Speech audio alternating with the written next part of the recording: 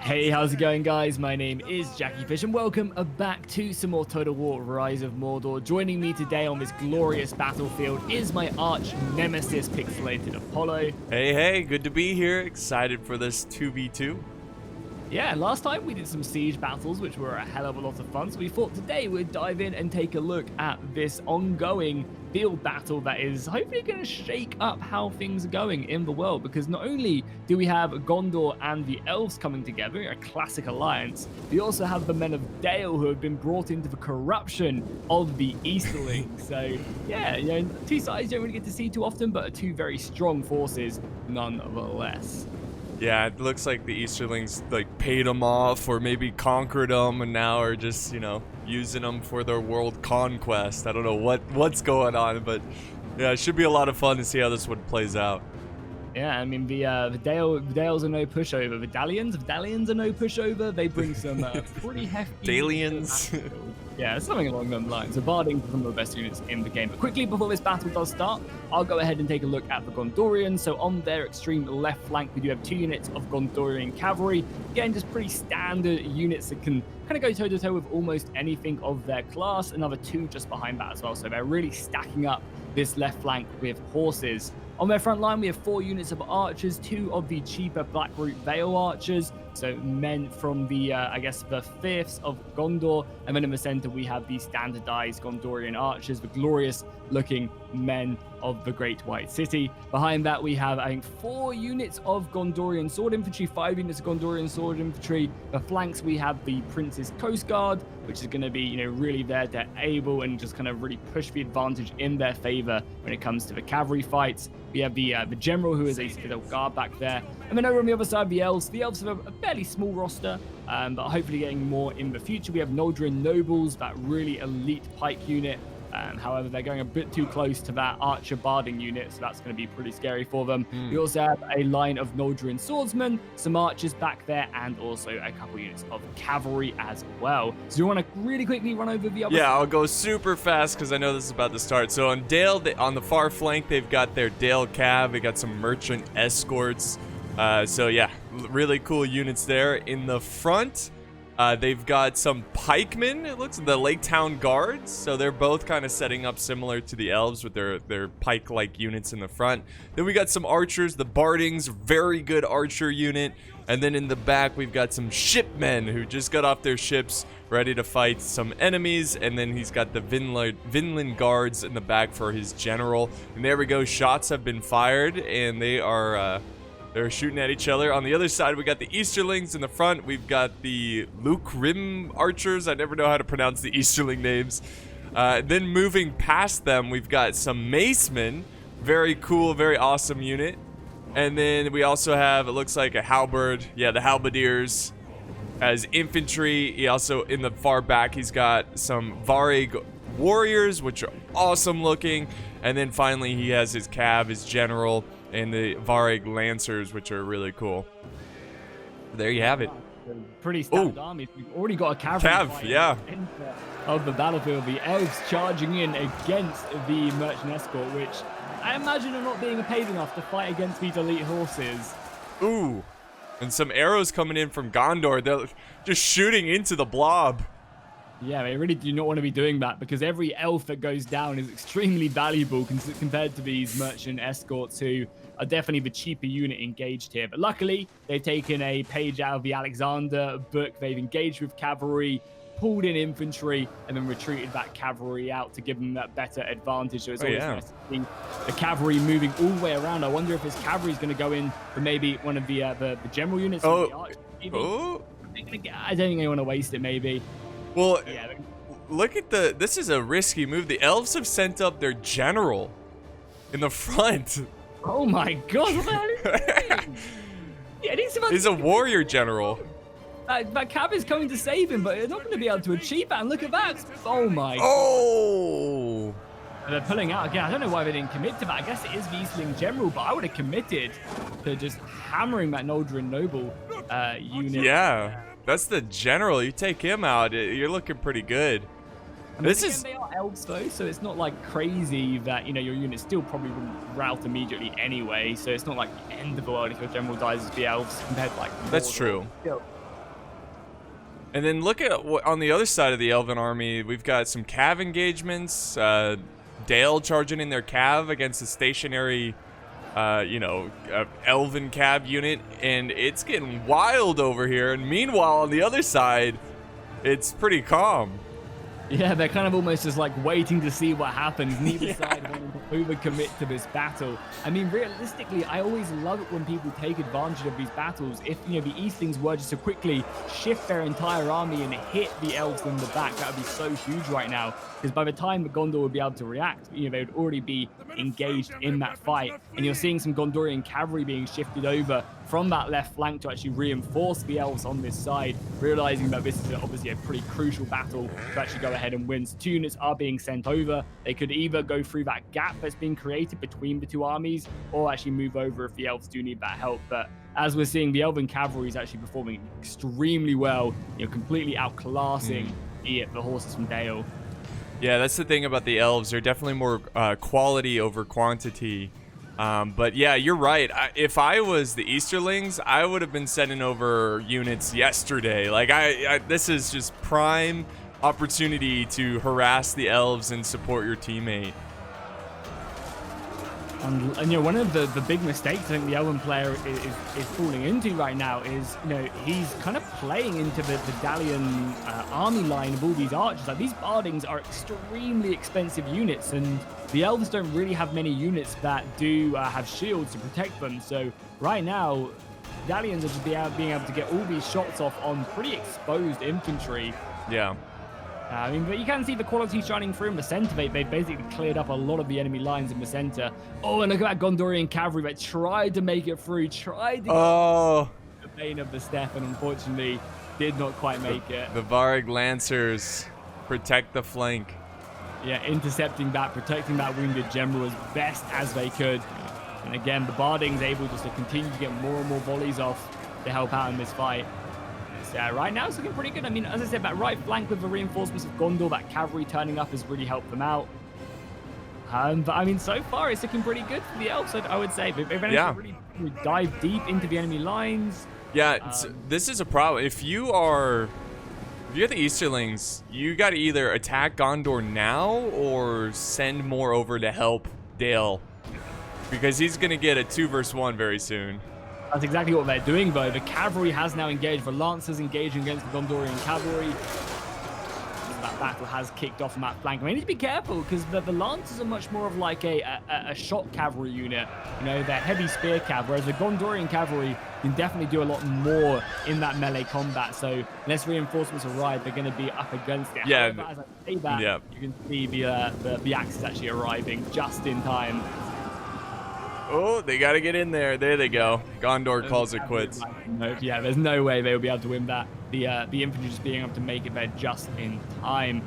We also do see some cavalry, though, from Gondor, or some Elven cavalry actually getting in onto the Bardings as well, which is a nice little charge right there. Over on the other flank. Yeah. Yeah, he's still able. They're still just able to absolutely smash the Noldrian noble unit that's just being made like run around the rosy right there. There's no way. Like, they're just running and getting shot by the Bardings. They just cannot keep up with them whatsoever. Yeah, it's really the only hope that Dale has is these archers, or are these archers, and they are, well, I mean, they're kicking butt right now, but as soon as they run out of ammo, you know, it's gonna be tough for them.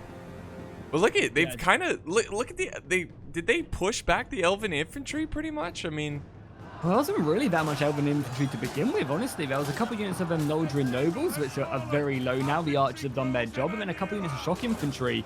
I mean, everything else was just really committed to that cavalry fight in the right-hand side. So the sides aren't looking, I mean, they kind of look pretty even on that side. And oh, here we go. Gondor have now fully sent their lines into the... Oh, yeah. Yeah, fully into the basement. And this is always such an interesting matchup, because like both of these infantrymen are like the best standard infantry in the game, really. They're just really good. They're not like exceptional, they're nothing crazy, but they're just like really good standard infantry. If you want a unit to hold the line, these are the 2 you pick. So whenever they go up against one another, it's always an interesting matchup. Yeah, I mean, I mean, if you look, Rune has their halberds kind of in the back here. That might give them the edge in this infantry fight. So I think Gondor is going to have to do something creative with their cav. Yeah, exactly. You can actually see a lot of this yeah, we've got some lancers in the back as well, already making it onto the Gondor archers, who have not really spent a lot of their ammunition, which is a real shame because arrows fly so quickly in this mod now that you really need to just kind of like blow your load early, Yeah. and then just kind of use your archers, because it prevents stuff like this from happening where you end up losing a lot of your Gondorian bowmen and they still have ammunition left, and you know can still impact the battle. Because if this unit routes or ends up dying, that's absolutely huge. We are seeing some of the Elven cavalry reinforcing and the Gondor cav on that right flank making its way all the way back around to try and reinforce here. The Easterling general went in for a charge but got destroyed by archers. Oh no, is he down? He's down, yep. That's going to be a big hit. That could definitely give them the edge as well in this infantry fight. You know, as number 8, look at the morale. Oh my god, morale on both sides is actually awful in that front line. These things are definitely suffering a little bit more. Yeah, and there's a big cav engagement going in the back. It looks like Gondor is... They're winning in the center, but in the far flank, they are getting crushed by the Varg Lancers. Yeah, the cavalry is really swinging in their favor. That's probably just down to the fact that they sent 2 over to help the elves, and they didn't really win that battle decisively enough to make it worth it. So now the Eastlings are really able just to use that cav advantage and get onto many of the units. But more Gondor cav reinforcing. They've kind of dealt with a lot of the center. Looks like we got a flank. Yeah, Gondor. indeed. Yeah. And in this mod, flanks are just so deadly. They really are. They can absolutely annihilate entire divisions, especially when they don't have a general either to keep them together. That's true, but Rune does have a secondary line of halberds. They could easily like turn them around, but he's not gonna do it, and he gets That charge was also absolutely appalling. But maybe it's enough to break their flashing. Maybe try and wrap up that flank. It's close. They're breaking the swordsman. Yeah, and now we have to be really careful because them Loke Room are going to turn around and basically just create an iron fortress of no entry whatsoever. The balance of power is dead even right now. It's impossible to tell who's going to take this one. Gondor's line is completely collapsing, though. Oh, yeah. That's not a good sign. But the Gondor cav trying to save him. Oh, my God. That was a good charge. Finally Yes. ripping through that line. But I don't think it's enough to save the infantry. And No, me neither. There's still so much left. yeah, I think this is going to be... I think finally we're seeing a side take control of the battlefield. And Rune might take this one. But let's go on back over here with the elves. And yeah, it looks like the elves are going to clean up. Yeah, they're still fighting. Yeah, well, they're pretty much just fighting the Bardings now, who are a very solid infantry unit, but still not going to stand up until we have a pressure. But, you know, Yeah, it's numbers in this one. It's too much. They don't have their general. It's over. And it looks like Rune, unless Gondor can pull off a miracle with his archers, because they still have a ton of ammo. And if they can get some good hits, but it's possible, but I don't see this. Surprised more of them arrows weren't like being slung at the beginning of the battle, because that's really what you just want to do, is just fire everything you have, because the longer you hold on to your ammunition, the longer stuff like this will happen where you just can't really bring it to bear because there's this enemy cavalry everywhere. But I mean, that cavalry of Gondor is up to 219 kills now. It's doing a solid job. And they really need to utilize that, because as soon as the cav fight on the right hand side is over, and then the Eastlings can bring that unit of lancers back to the fight, that kind of cavalry superiority is going to be pretty useless. Yeah. And yeah, the Gondor general. Now. And here comes the macemen about to charge the archers. They're going to try to disperse like a bunch of teenagers at a party when the police show up. Exactly, just try and go from either side and then just volley in arrows. I'm not sure if teenagers volley in arrows at the police. No, that's not a good idea. But yeah, no, they definitely need to do that. But I just think there's too many runic units. They're not going to be able to establish a position where they can just sit back and fire their arrows. And the balance of power is... The elves are running over, and if they can get these 2 units to safety, then maybe there's a chance. That is true. That is true. I mean, the elves do have enough to maybe even turn the tide of this battle. I mean, I think all the generals are dead, so they're kind of on an even playing field there. But Rune needs to be careful. If he charges in carelessly, he can lose a lot of units. Well, that cavalry, man. The cavalry is, I think, the nail in the coffin for the forces of good, honestly. Yeah. That's going to be able to harass these archers, and even if the swords get stuck in, they're still going to be no match for horses. You know, good charge. They have no way to really brace against them. A lot of halberds left, yeah. Yeah, exactly. I think it's going to be definitely an uphill battle, but we'll be able to see the elves make their valiant last stand with their allies. I never get sick of the kill animations. No. Some really cool ones in there. Oh. Yeah, the cavalry. Oh, hold on. The cav's breaking while fighting archers. Oh, no way. The elves. Yeah, if they can kill this cav, I mean, maybe. Yeah, all it takes is one, like, big mass rout. Yeah, I mean, the generals... Oh, there we go. It's shattered. Yeah, and the other one's really low as well. If that one can be taken out, oh my god, this battle could completely turn around. It's going! It's going! Is it going to run? He's breaking. I think it's just going to make it out of there. Wait, but look at this. The elves are flanking the Easterling infantry. Oh. The flanks are huge. How does this happen? At this point in the battle, literally a little tickle on the back and the Eastlings could run away. Tickle. Yeah. A little whisper in the ear. Exactly. Oh, they're routing, but the cavalry is coming back. This battle is so close. Even though that balance of power is looking so good. The cavalry charging in, the archers volleying, bring it down. They're trying. They're trying. Oh. Yeah, and it really is just a battle of morale at this point. Yeah. First. I think if they can kill this cav, they can win it. Well. Yeah. They're so close to breaking. Wait. Yeah. The infantry's breaking. Yep. Okay. Oh my God, they can surround the archers. That cavalry bow is so huge. Oh my god, they can surround the archers and break them. The cavalry coming back in, though, is huge.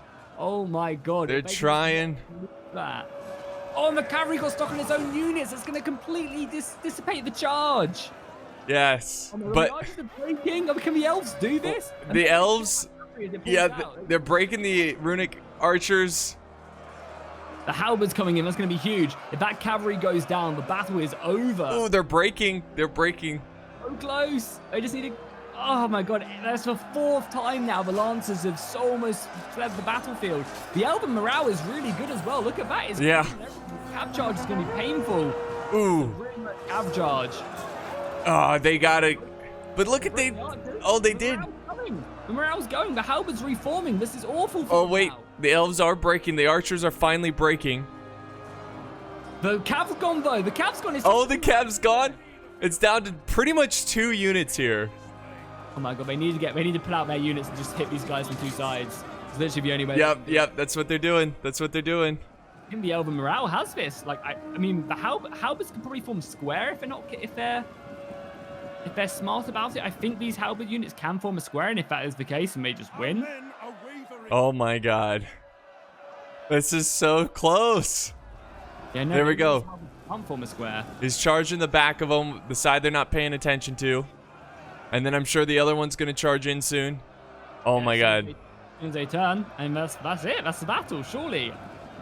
As long as they're microing correctly, yep. Just getting that units keep on running. There you go. They turn. Yep. Get brought in. That's the big weakness of halberds. Halberds do turn. This is... Oh, they're breaking. They're breaking. They pulled it off. Yeah, holy, that is crazy. Considering how bad that balance of power bar was. Yeah. Well played by the elves there at the end. Yeah, really good job. And then Gondor did what he needed to just hold back Rune until the elves defeated Dale. Yeah, there we go. We'd already written them off, right? We were like, Eastlings have got this after that, decisive victory, and then boom, Pyrrhic victory. Like that. What an end! What an end to that battle. In a battle like this that's so close, it's like nobody wins here, you know? Yeah, they come back with like two people. Yeah. We won the battle. We won, yeah. Oh, but everybody else is dead, so... Yeah, exactly. It's kind of brutal. But if we look at the kills really quickly of the units, you can see the Gondorian cavalry, 255 kills. Not a bad one. I think that was a unit that managed to break through the enemy lines and get stuck in. The elf-wise, they got, oh my god, some of their Noldrian swords got 402 kills. That's kind of crazy. Oh, yeah, that's what won it there. It's just the professionalism of the elves. Yeah, indeed. And then on the other side, Eastlings, 230 kills on their Lancers. Pretty impressive. Some of their shock infantry did pretty good. And then finally on Dale, no one in Dale really stepping up. I think their archers, obviously the best part, but they were also the most expensive part of their army. So it's kind of not surprising to see that they got the most kills. But there we go, guys. That was an insane battle. Probably one of the closest battles I've seen in a long time. A really crazy ending. Obviously, if you enjoy this, make sure you go ahead and drop a like and a comment down below. Go check out Apollo if you haven't already. And obviously also go check out the Rise of Mordor Discord where we got this replay from. They're hosting battles all the time. So if you want to find some more people to play Rise of Mordor with, that's the place to be. So yeah, we'll see you guys next time.